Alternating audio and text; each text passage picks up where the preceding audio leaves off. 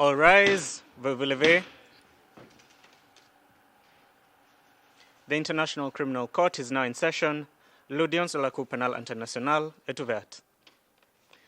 Please be seated. Veuillez vous asseoir.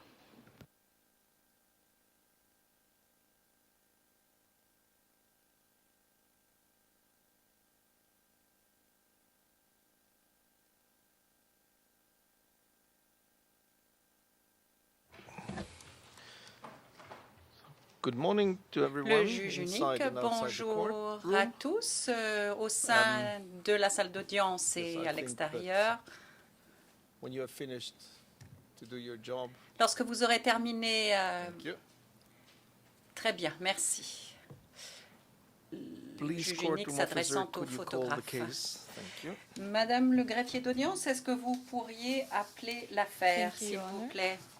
Le greffier d'audience, merci Monsieur le Président. Situation en République centrafricaine, affaire le procureur contre Jean-Pierre Bemba Gombo, Aimé Kilolo Moussamba, Jean-Jacques Manjenda Kabongo, Fidel Babala Mwandou et Narcisse Arido. ICC 0105 0113.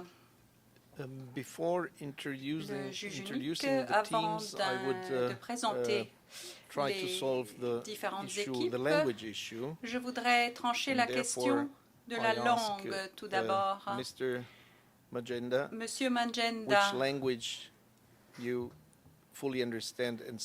quelle est la langue que vous comprenez parfaitement et que vous parlez parfaitement? Je suppose que c'est le français, mais je voudrais que vous le confirmiez. Effectivement, honorable juge, je comprends très bien le français. You comprends très bien. Cela veut dire que vous comprenez parfaitement le français, que vous le parlez. Voilà, cette question tranchée. Moi, personnellement, je ne parle pas parfaitement le français et je ne le comprends pas parfaitement non plus, donc je vais poursuivre en anglais. Je vais maintenant demander aux différentes équipes de se présenter. Je commence par l'accusation. L'accusation. Fabricio Guariglia, coordinateur de l'accusation. Monsieur Kweku Van der Poel, premier substitut du procureur. Florence Dackeslane, substitut du procureur. Et Sylvie Vidigna, qui est notre gestionnaire de dossier. Le président, merci beaucoup. La défense de M. Manjenda. Merci, Monsieur le Président. Mon nom est Jean Flamme. Je suis avocat au barreau de Gand, en Belgique, et je défends les intérêts de Monsieur Jean-Jacques Manjenda. Je vous remercie. Merci beaucoup, Maître. Je m'adresse maintenant au greffe. Monsieur le Président, je vous remercie. Sur le banc du greffe avec moi aujourd'hui, il y a Verachi Wang, qui est juriste au sein du bureau du directeur des services de la Cour, moi-même Marc Dubuisson, directeur des services de la Cour, au nom du greffier Herman Von Eubel. Merci beaucoup, Monsieur Dubuisson. I myself, I'm a single judge. I'm Kunota officer appointed by je suis moi-même le juge Kuno Tarfusser. Je suis le juge unique désigné par la chambre préliminaire numéro 2. Lorsque je parle de la chambre préliminaire numéro 2, je veux parler du juge Ekaterina Trendafilova et du juge Hans-Peter Kohl. Mon équipe est composée aujourd'hui de deux personnes. Because of the translation issue. Object and purpose of the hearing pursuant to Article 61 en particulier Julia Landi, qui est stagiaire. Je vous rappelle de bien vouloir parler lentement pour des problèmes d'interprétation. L'objectif de cette audience, en application de l'article 61 et de la règle 12.11 du règlement de procédure et de preuve, est d'identifier la personne, le suspect, déterminer s'il a bien été informé du crime qu'il aurait commis et de déterminer également s'il a bien été informé de ses droits, ainsi que de fixer une date pour la confirmation des charges. First of all, ask Mr. Je vais tout d'abord me tourner vers Monsieur Magenda pour qu'il se présente lui-même de manière complète, c'est-à-dire votre nom, le lieu et la date de votre naissance et votre nationalité. Je vous en prie, Monsieur Magenda. Je suis né à Kinshasa le 1er octobre 1979 et je suis de nationalité congolaise. Merci beaucoup. Now I would pass to the determination le juge unique, on the charges and therefore les charges. Ask the courtroom officer Je vais to, demander to au greffier read out the d'audience de counts bien vouloir lire in les both charges languages, dans in les deux English, langues, which en is anglais, the original language, qui because, est la langue originale, disons, parce que la requête article 58 déposée par l'accusation était déposée en anglais et puis en français parce que le mandat d'arrêt a été rédigé initialement en français. Donc, greffier d'audience, vous avez la parole. Thank you, Your Honor. Le greffier d'audience, Count merci. Presenting Chef evidence numéro that 1, the party production knows d'éléments de is preuve false or faux forged ou under falsifiés Article en connaissance de cause, 71 au sens de l'article read with 70.1b du statut, 25.3c, lu en conjonction by avec aiding l'article and abetting the 25.3c, presentation pour avoir apporté of son false or aide, son forged concours documents ou in the toute main autre case. forme d'assistance à la production Count two, d'éléments de preuve corruptly fausses ou influencing falsifiés en witnesses connaissance de under cause dans Article l'affaire. 71c, read Le with Article numéro 2, 25.3c, Subornation by de témoins aiding, au sens de abetting, or l'article otherwise assisting in the 70.1c du bribing and statut, coaching of lu witnesses en to conjonction provide avec false l'article testimony. 25.3c pour avoir apporté son Chef aide, 1, son concours ou toute autre production forme d'éléments de d'assistance preuve à la faux ou corruption des falsifiés témoins et à en leur connaissance de préparation cause, afin au qu'ils sens de donnent de l'article faux témoignages. 1b du statut, lu en conjonction avec l'article 25.3c, pour avoir apporté son aide, son concours ou toute autre forme d'assistance à la production d'éléments de preuve faux ou falsifiés en connaissance de cause dans l'affaire.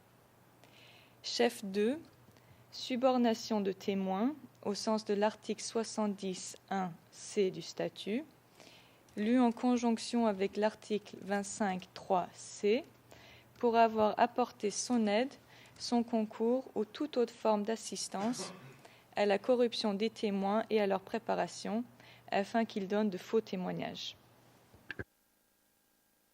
Thank you very much, courtroom Le juge officer. unique, merci beaucoup, Madame le greffier d'audience. I assume, Mr. Kabongo Magenda, Monsieur that Kabongo you have Magenda, je understood, suppose que vous avez bien completely compris understood, what you are accused of. ce dont vous êtes I accusé. invite you to say if you have understood or not, and Je if vous you, invite à nous le dire. you may make at this c'est point bien in le time cas. any comment you Et à ce stade, vous necessary, pouvez faire reminding you tout that commentaire que vous jugez this is not the right nécessaire. moment to go into the Je merits. vous of rappelle course. It cependant just que should be, ça n'est if pas le any, moment short opportun pour comment, aborder le if you have fond any to make. de la chose. You have Mais the vous floor. pouvez faire un commentaire bref si vous le souhaitez. Vous avez la parole. Je voulais juste dire que j'ai compris les chefs d'accusation et qu'effectivement, je ne reconnais aucun chef d'accusation tel qu'il est allégué contre moi. Effectivement.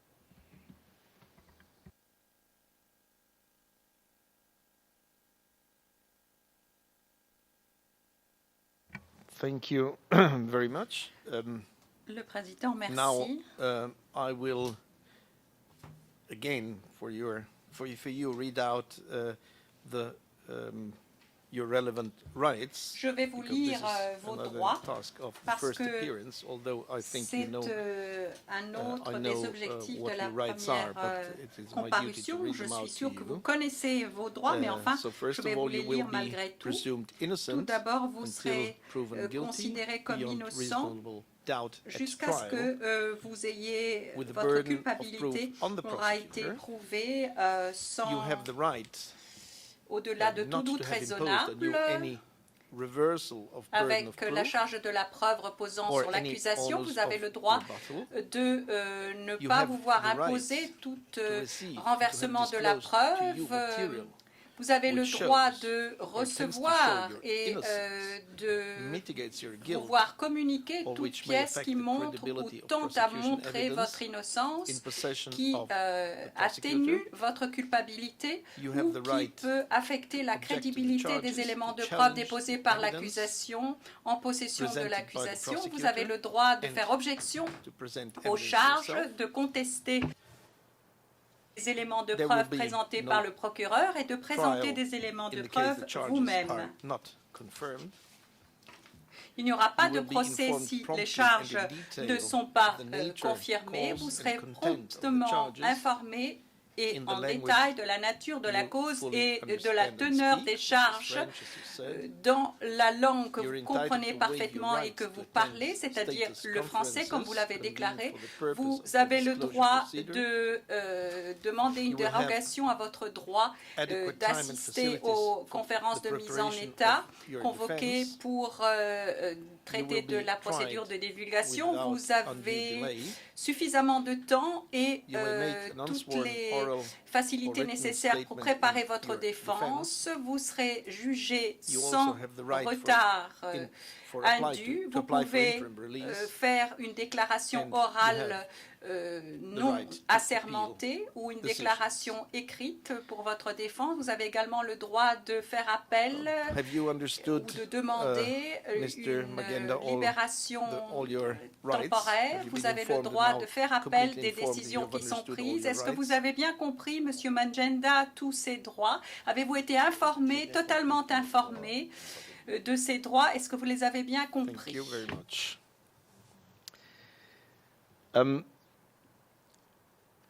Now we pass to settle the date for the confirmation. As you know, le juge unique, nous allons passer à la fixation de la date de confirmation. Comme vous le savez, 3 des 5 suspects ont déjà comparu ici pour la première fois.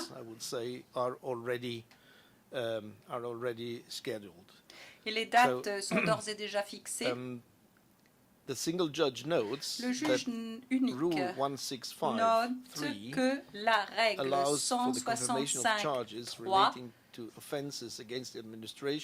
prévoit pour la confirmation des charges ayant trait à des délits contre l'administration de la justice que ceci ait lieu sur la base de dépositions écrites, par conséquent sans avoir à organiser une audience. Du point de vue de la Chambre, et j'ai discuté de cette question avec mes 2 collègues de la Chambre, cette confirmation par écrit est la meilleure procédure à suivre en l'occurrence. À ce stade, et bien entendu, sous réserve de modifications qui pourraient s'avérer nécessaires, en particulier à la lumière de ce qui se passera après la remise du dernier des suspects, des 5 suspects, la Chambre fixe la date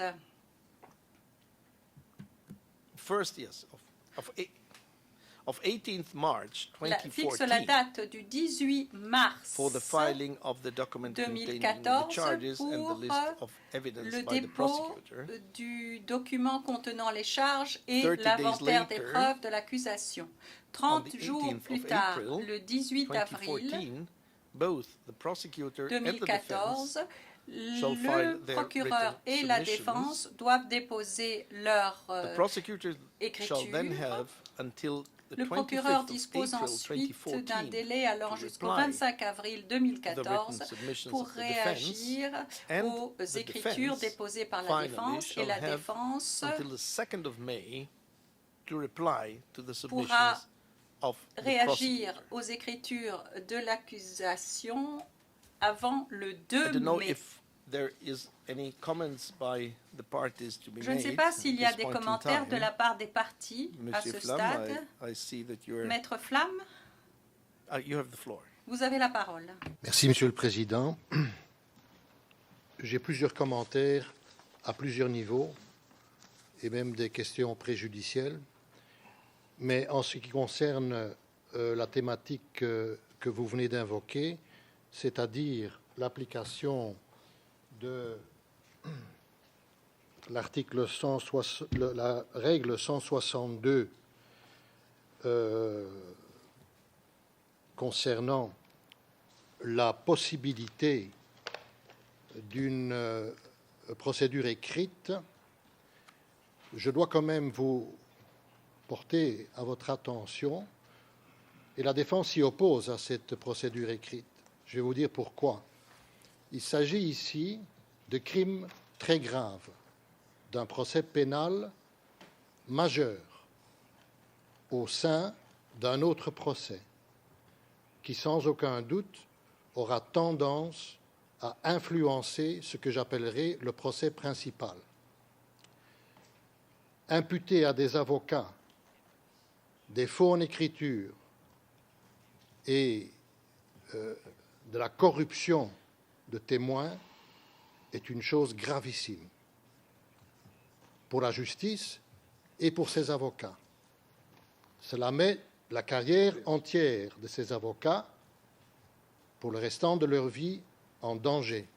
Et le procureur a donc pris une responsabilité très grave. Le principe du procès pénal est l'audience publique. Et l'article 162.2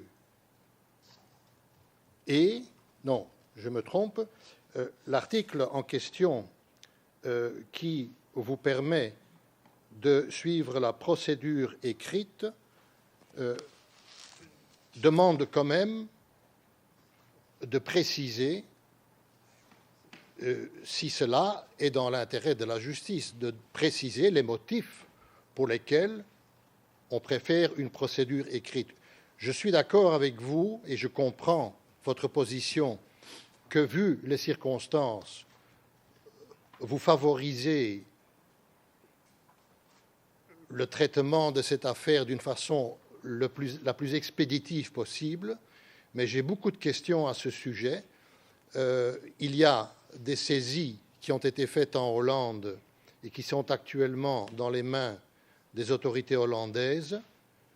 Les produits des perquisitions qui ont été faites au domicile de mon client et dans le bureau ici à la CPI, n'est-ce pas? On a saisi beaucoup de choses. La totalité de ce bureau a été saisie, il faut bien se l'imaginer. Et donc, ça va prendre du temps. Il faudra examiner, les autorités hollandaises vont devoir examiner, si ce qui est saisi n'est pas confidentiel, et pour moi, tout sera confidentiel, et 2, si ce qui a été saisi n'est pas ce qu'on dit en anglais « out of scope » et sans intérêt, sans relation avec les charges. Donc, ceci est, je vais employer le mot, peut-être gigantesque. Alors, faire cette procédure d'une façon expéditive, le calendrier que vous proposez, on va le voir, mais on va peut-être l'essayer, mais ça me paraît mission impossible. Et je veux donc en terminer en disant que d'emblée, je m'oppose à la procédure écrite. Parce que je trouve que les droits de ces personnes arrêtées sont tels et l'enfreinte éventuelle à leurs droits est telle qu'ils ont droit à une audience publique. Je vous remercie.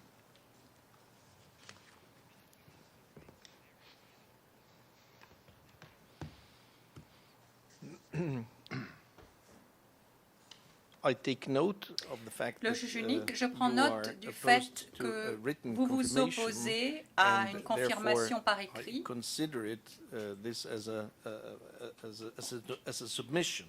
Je considère cela comme une requête. Je donne la parole à l'accusation sur cette requête. L'accusation, merci, je serai très bref. Il me semble qu'il y a deux choses différentes ici. D'abord, les modalités du processus de confirmation et ensuite le calendrier. Mon honorable contradicteur mélange un peu les deux. Pour ce qui est des modalités, nous sommes tout à fait d'accord avec ce qui est proposé par la Chambre et l'utilisation d'écriture. Nous ne voyons pas que cela porte préjudice n'obéissent d'aucune manière aux droits du suspect. Je suis certain de toute façon que la Chambre fera attention de suivre de près les écritures déposées par les parties. De toute façon, c'est une procédure qui est prévue dans le règlement et il serait quand même extraordinaire que les auteurs de ces textes aient souhaité porter atteinte aux droits des suspects.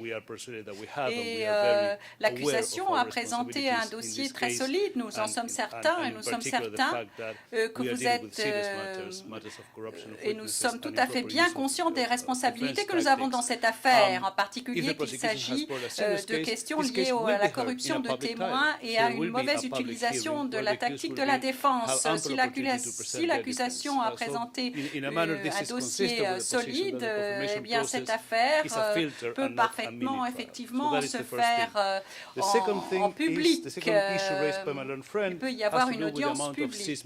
En ce qui concerne maintenant la quantité de pièces saisies et l'impact que cela peut avoir sur le processus de confirmation, là, il ne s'agit plus de modalité, mais plutôt de calendrier du processus de confirmation.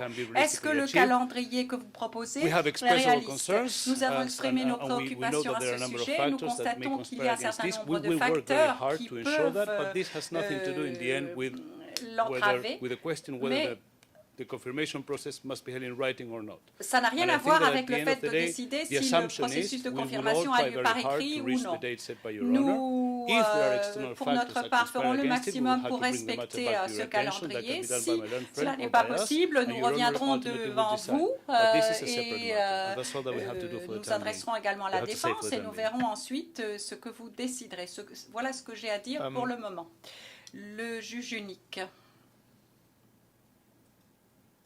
As far as the season, you are on your feet, so je vois que vous êtes debout, Maître Flamme. Vous souhaitez intervenir sur ce qui vient d'être dit par l'accusation? Yeah, okay. Monsieur le Président, très brièvement, j'ai retrouvé l'article 165 4. Non, 3. Et je le lis en anglais. On the basis of written submissions, without a hearing, unless Au fin de the l'article interest 61, la of Chambre justice préliminaire peut otherwise trancher toute require. question visée dans le dit article Je dis sur que la base de conclusions l'intérêt écrites de la et sans justice tenir ici d'audience, à moins est que l'intérêt de la majeur et justice demande n'exige cette qu'il en audience soit publique. autrement. D'autant plus que nous voudrons apporter des témoins, et c'est notre droit. Je ne vois pas comment ça puisse se faire sans audience publique. Et je crois que concernant ce point, je puis en terminer.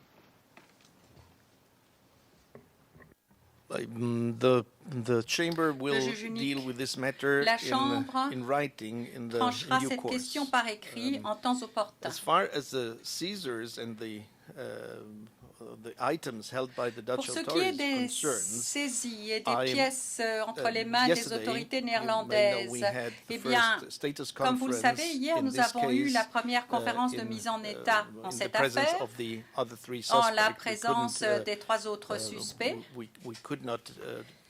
Nous n'avons pas été en mesure de faire tout cela dans le cadre d'une conférence de mise en état unique aujourd'hui. Ça ne s'est pas révélé possible.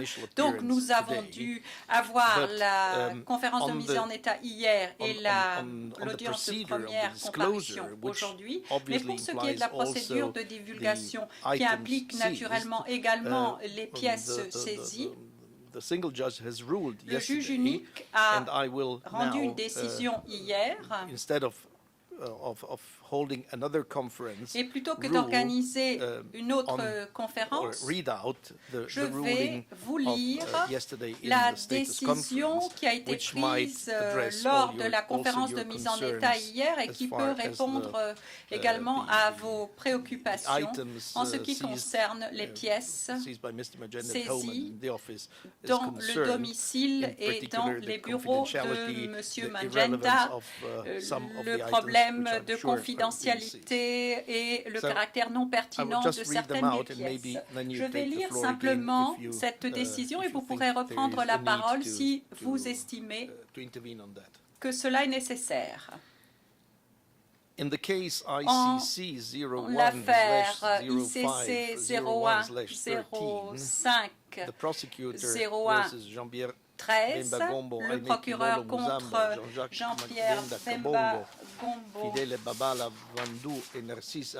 Aimé Kilolo Muzamba, Jean-Jacques Manjenda Kabongo, Fidel Babala Wandou et Narcisse Arido, le juge unique a entendu les arguments des parties au cours de la conférence de mise en état qui s'est tenue hier, le 4 décembre, en présence du procureur et des trois suspects ainsi que leur défense, prenant en compte les principes généraux et les règles régissant la divulgation des éléments de preuve avant l'audition de confirmation et fixés en particulier à l'article 61.3.67 du statut, les règles 76 à 83 et 121 du règlement de procédure et de preuve, ainsi que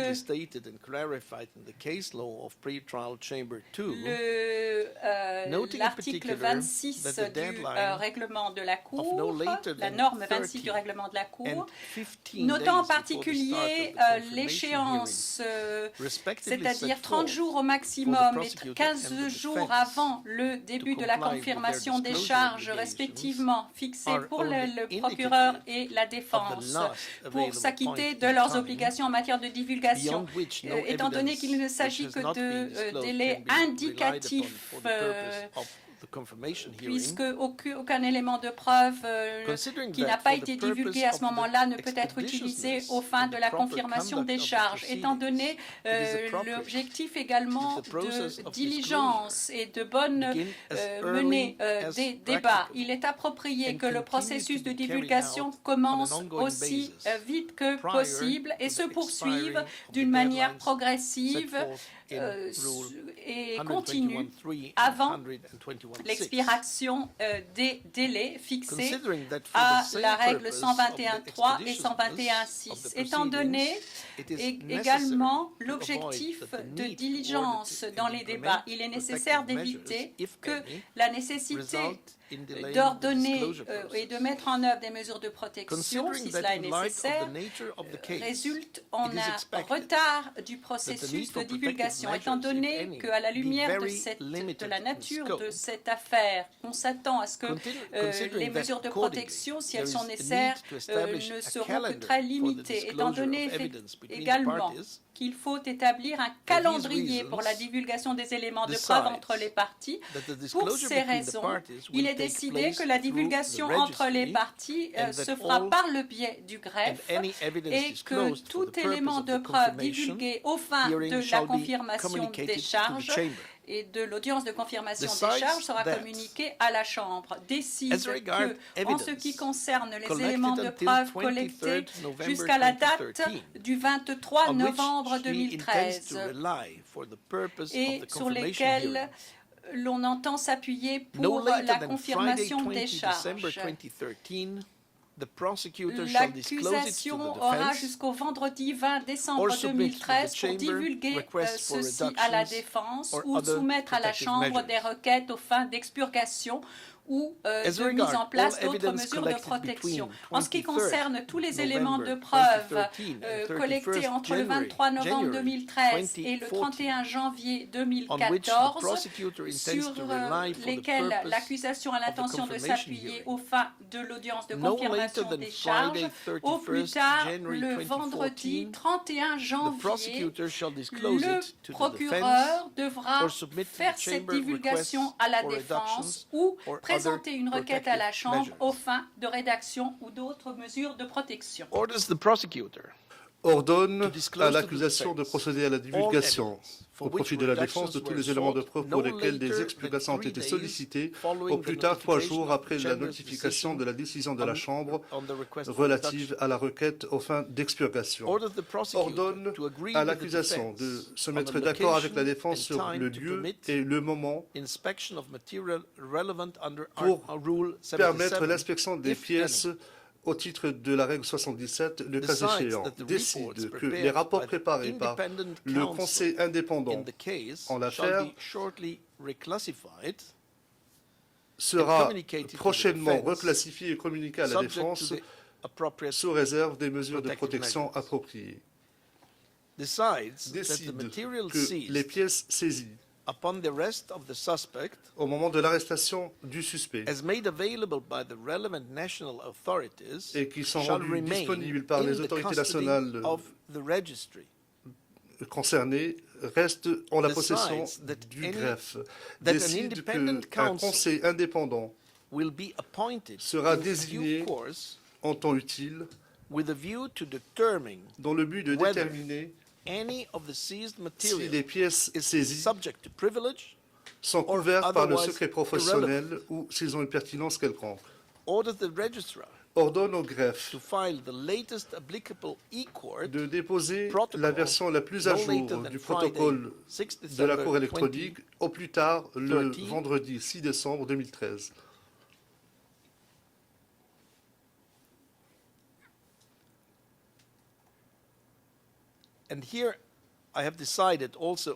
Et sur ce point, j'ai décidé, s'agissant des restrictions exceptionnelles au contact, en ce qui concerne M. Magenda, je décide que ces restrictions exceptionnelles seront levées après l'expiration des 72 heures de détention. Ces restrictions ne seront plus applicables après 72 heures.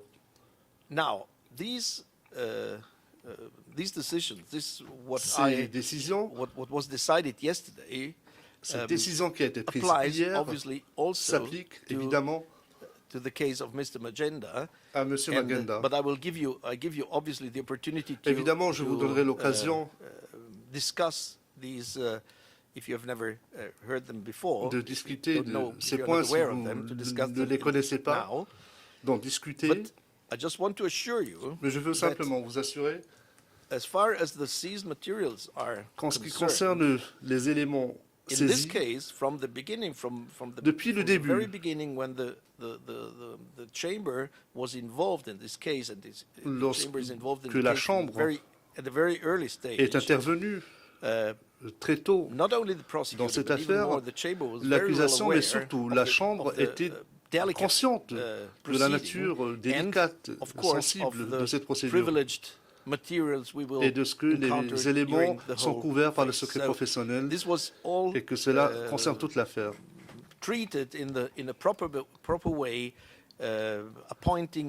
Tous ces éléments seront traités de manière appropriée. Il y aura un conseil indépendant qui fera le tri entre ce qui est couvert par le secret professionnel et pertinent. Donc, par conséquent, il ne sera pas mis à la disposition de l'accusation et ce qui n'est pas pertinent pour l'affaire. Et ce, de façon très stricte.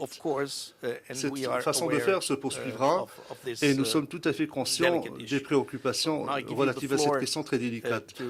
Sur ce, je vous redonne la parole pour réagir à cette décision. Oui, merci, Monsieur le Président. En effet, il y a des choses à dire parce que nous traitons ici une affaire hautement sensible, comme vous l'avez dit. La saisie de la totalité d'un bureau d'avocat est une chose toujours excessivement délicate et explosive. D'autant plus que, ici, il s'agit d'un bureau qui est destiné à une affaire et que cette affaire est encore toujours pendante. C'est de la dynamite. Et alors, ma première question, évidemment, je crois que vous l'avez déjà imaginé, je ne connais pas ce personnage de conseil indépendant. Je ne l'ai vu dans aucun texte. Évidemment, c'est une des lacunes de la Cour, il n'y a pas de barreau. Comme l'imposent les règles des Nations Unies sur le rôle des conseils, il faut un barreau indépendant de la Cour pour justement pouvoir faire face à des problèmes, par exemple, de cet ordre-là.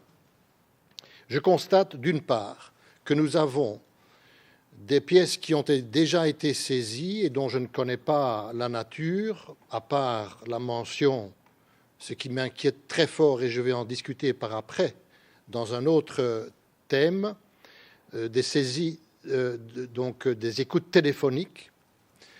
C'est la seule chose dont j'ai connaissance. Mais nous avons donc un niveau qui se passe à l'intérieur de la Cour pénale internationale concernant les pièces saisies et dont s'occupe ce conseil indépendant que je ne connais pas.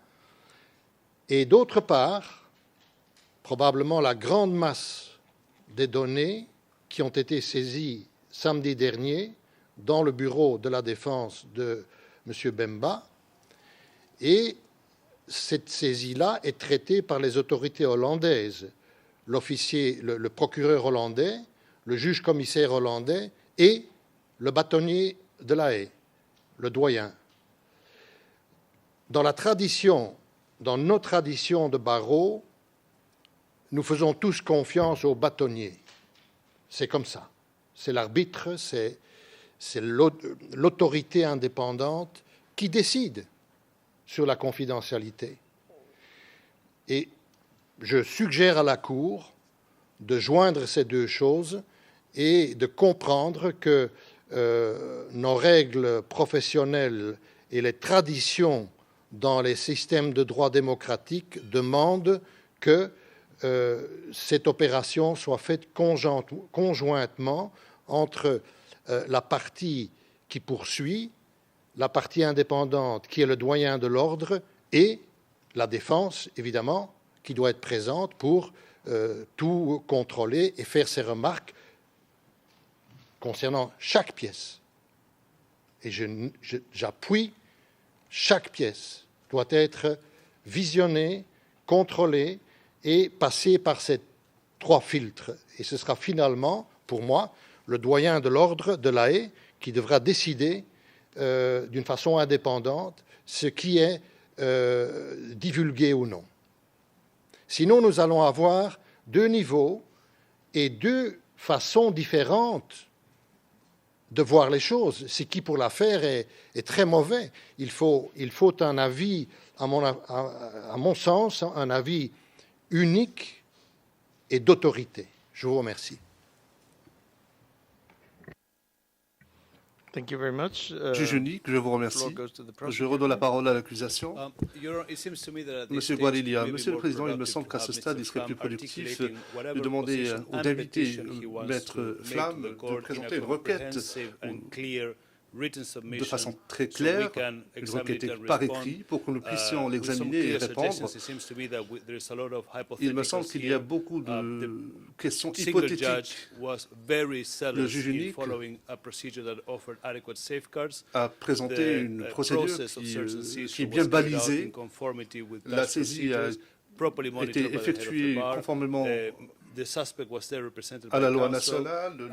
Le suspect a été représenté par un Français et, Monsieur le Président, vous allez poursuivre votre procédure.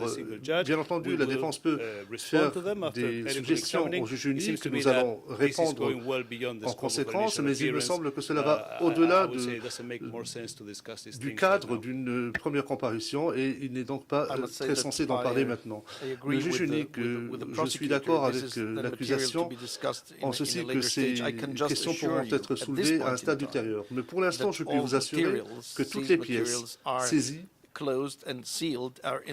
sont conservées sous scellé par le greffe. C'est tout. Tout est bien protégé pour l'instant et nous statuerons quant à la procédure appropriée à appliquer pour avoir accès aux pièces saisies. et trier les pièces qui sont pertinentes pour l'affaire, et nous procéderons de façon bien stricte et équilibrée. L'accusation. Monsieur le Président, est-ce que vous m'autorisez à prendre la parole brièvement? Je vous prie de m'excuser, mais il y a une question que je vous souhaitais éclaircir. Rappelez-vous, hier, j'ai mentionné, ou j'ai plutôt demandé à la Chambre que la décision, en faisant référence à la décision de la Chambre du 27 novembre, ICC 01/050113 confidentielle, concernant les mesures de surveillance des contacts au quartier pénitentiaire, j'ai demandé à ce que ces mesures s'appliquent également à M. Magenda. Hier, à la page 32 de la version non officielle de la transcription, si je ne m'abuse, ligne 13 à 15, la Chambre a levé toutes les restrictions en place au quartier pénitentiaire de façon exceptionnelle. Je n'ai peut-être pas bien compris, peut-être suis-je le seul à ne pas avoir bien compris, mais cette décision annule la décision de la Chambre du 27 novembre relative aux mesures de surveillance qui ont été mises en place s'agissant de tous les suspects, ainsi que les autres conditions imposées au quartier pénitentiaire en application du mandat d'arrêt. Le juge unique. Effectivement, hier, j'ai décidé de lever toutes les restrictions exceptionnelles imposées aux 3 suspects qui étaient présents à la conférence d'hier. C'est-à-dire que maintenant, les mesures de contrôle ordinaires sont en place, telles qu'imposées par le greffe. S'agissant de M. Magenda, les restrictions seront levées après l'expiration du délai de 72 heures, pas avant. Pendant 72 heures, il est assujetti à des restrictions et c'est après le délai de 72 heures qu'il se retrouvera dans la même situation que les autres 3 suspects. J'espère que cela éclaircit la situation. Monsieur Van Der Puy, pas tout à fait, et je vous prie de m'en excuser. Dans votre décision, vous avez ordonné au greffe de mettre en mesure des mesures de surveillance adéquates pour s'assurer que les contacts entre les suspects durant leur interaction soient bien surveillés ou activement surveillés et que le greffe fasse en sorte que les contacts entre les parties et les parties tierces dans le cadre des visites fassent l'objet d'un monitoring ou d'une surveillance. Je ne sais pas si telle est la procédure habituelle, mais je veux simplement savoir si la décision d'aujourd'hui infirme la décision d'hier. Le juge unique, c'est exact. Ma décision d'hier abroge la décision précédente. Et je ne parle pas des mesures normales qu'impose le greffe, c'est-à-dire le délai de 72 heures. Je pense que maintenant les choses sont claires.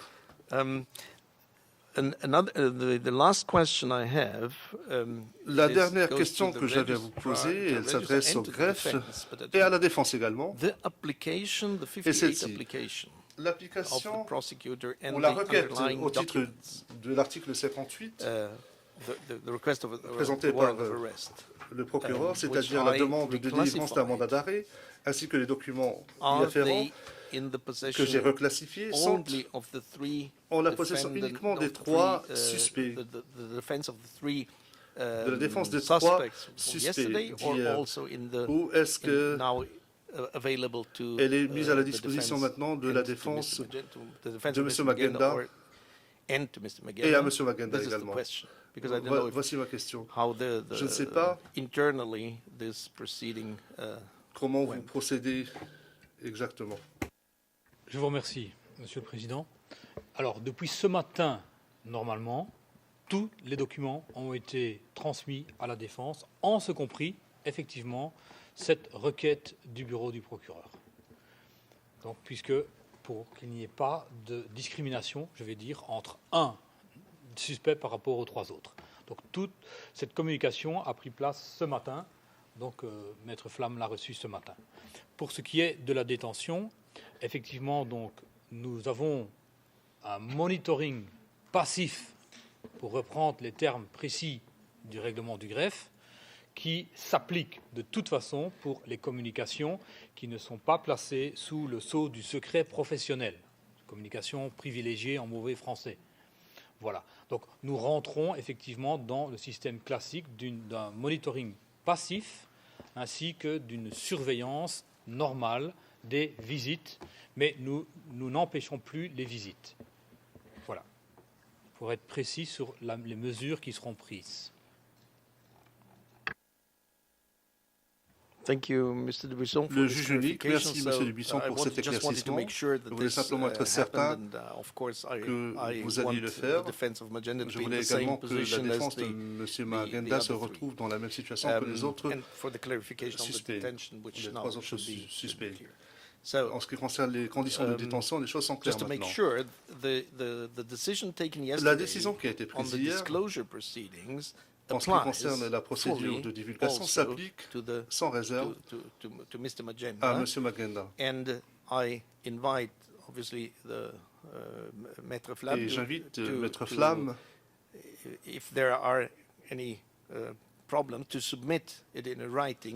s'il a quelques difficultés à déposer une requête par écrit, comme l'a suggéré l'accusation, pour que nous puissions y répondre et prendre une décision, encore une fois, par écrit. S'il n'y a pas d'autres questions que vous souhaitez aborder, non. Je vais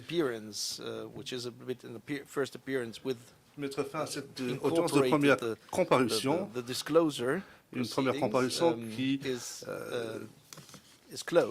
a comporté un élément consacré à la divulgation. Non, ce n'est pas fini. Allez-y. J'ai quand même des choses encore très importantes à dire. Je m'excuse, je serai très bref, mais il faut quand même que je parle, et je le ferai certainement, comme le demande Monsieur le procureur, dans des conclusions ou une requête, mais je veux quand même d'emblée mettre l'accent sur ce qui suit. Nous sommes ici devant une affaire qui est en instruction, en pleine instruction, concernant des faits gravissimes. La Cour a compétence, c'est tout à fait certain, n'est-ce pas? Mais je veux quand même d'emblée mettre l'attention sur les règles concernées, et plus spécifiquement 162.4 et 162.2e, qui disent que la Cour peut se dessaisir de cette affaire en faveur des autorités hollandaises. Et pourquoi est-ce que je dis cela? Eh bien, Monsieur le Président, je veux vous dire un certain nombre de choses que vous ne savez pas encore, je le pense. Dans l'affaire Bemba, la défense a découvert à certains moments, et ce sont des choses très graves, une lettre émanant d'un des témoins du procureur demandant l'argent qui lui avait été promis. 22 autres témoins faisaient la même chose et se sont réunis, malgré le fait que ce sont des témoins protégés, pour s'entendre concernant cet argent promis. La défense, dans des conversations téléphoniques, a discuté à plusieurs reprises l'application de l'article 70 envers le procureur. Et c'est grâce aux écoutes des téléphones des avocats que le procureur a appris la stratégie de la défense. La défense dépose une requête confidentielle le vendredi 29 novembre pour faire revenir ces témoins du procureur à l'audience, et le samedi, au petit matin, mon client est arrêté. Je dis, Monsieur le Président, et je suis très ferme là-dedans, que le procureur a un intérêt dans cette affaire et ne dispose pas de l'indépendance pour mener cette enquête et cette instruction. Ce serait un cas unique au monde dans un système romano-germanique, c'est un juge d'instruction qui fait cette instruction, indépendant. Dans un système anglo-saxon common law, l'instruction se ferait à l'audience. Ici, uniquement au monde, le procureur va instruire dans une affaire en cours contre la défense et dans laquelle il a un intérêt évident. Il a découvert la stratégie de la défense par les écoutes téléphoniques. Yes. Et donc, juge unique, oui, mais un instant, je vous prie. Maître, je pense que vos observations vont au-delà. Maître Flamme, non, je ne suis pas d'accord. Le juge unique, enfin, moi je le pense. Je pense que ça déborde du cadre d'une première comparution. Vous êtes en train de jeter des accusations très graves qui doivent suivre une autre voie, à mon avis. Vous aurez amplement l'occasion de faire tout ce que vous souhaitez faire. Mon propos, si vous voulez bien. Nous sommes au début de cette affaire. Si je ne soulève pas cet élément capital maintenant, l'affaire va suivre son cours et prendre sa propre vie. Je conteste dès à présent et dès le début de l'affaire la compétence du procureur pour enquêter dans cette affaire.